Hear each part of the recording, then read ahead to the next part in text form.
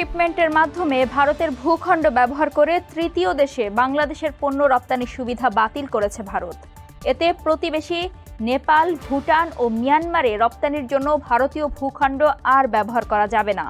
9 April দেশটির সংবাদ মাধ্যম টেলিগ্রাফ ইন্ডিয়ার এক প্রতিবেদনে এই তথ্য জানানো হয়েছে। দর্শক, এই নিয়েই এখনকার টিবিএস নিউজ আপডেটস, সঙ্গে আছি আমি রুকাইয়া জহির।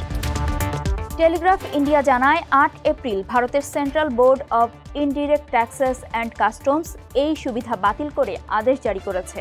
পাশাপাশি 2020 সালের 29 জুন দেওয়া এই সংক্রান্ত আদেশও বাতিল করা হয়।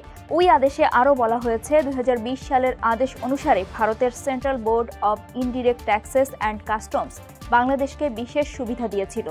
এর আওতায় বাংলাদেশ থেকে তৃতীয় কোনো দেশে পণ্য রপ্তানিতে ট্রান্সশিপমেন্টের মাধ্যমে ভারতের একটি শুল্ক স্টেশন ব্যবহার করে অন্য কোনো বন্দর বা বিমানবন্দর ব্যবহার করার সুযোগ ছিল। এখন দেশটির সংশ্লিষ্ট কর্তৃপক্ষ এই সুবিধা বাতিল করল।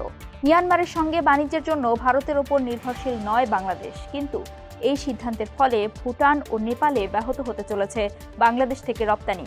কারণ ভারতের ভূখণ্ড ব্যবহার করে বাংলাদেশ সীমান্ত থেকে নেপাল ও ভুটান সীমান্ত পর্যন্ত পণ্যের যানবাহন পরিবর্তন করা হয়। ভারতের এমন সিদ্ধান্তকে উদ্বেগজনক বলছেন বিল্ডের প্রধান নির্বাহী কর্মকর্তা ফেরদৌস আরা বেগম। ভুটানের সাথে খুব বেশি একটা ট্রেড আমাদের না, নেপালের সাথে মোটামুটি বাইলেটারাল ট্রেড আছে, বাট স্টিল আমাদের সাথে তো একটা বাইলেটারাল ট্রেড মানে একটা বন্ধুত্বমূলক সম্পর্ক। এই ক্ষেত্রে তো আমাদের একটু না কিছু হলেও এখানে একটা ড্রব্যাকস আসবে।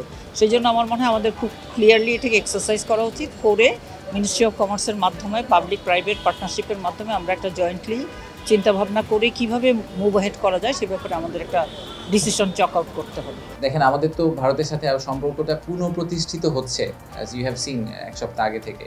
সো আমি পার্সোনালি মনে করি যে এখন পুরো ট্রেড স্পেস যেটা, এখানে আমেরিকা একটা ডিসিশন নিচ্ছে, অনেকেই অনেক ধরনের ফাস্ট ডিসিশন নিচ্ছে, আবার আমার ধারণা অনেকগুলো ডিসিশন ওভারটার্নও করা হবে।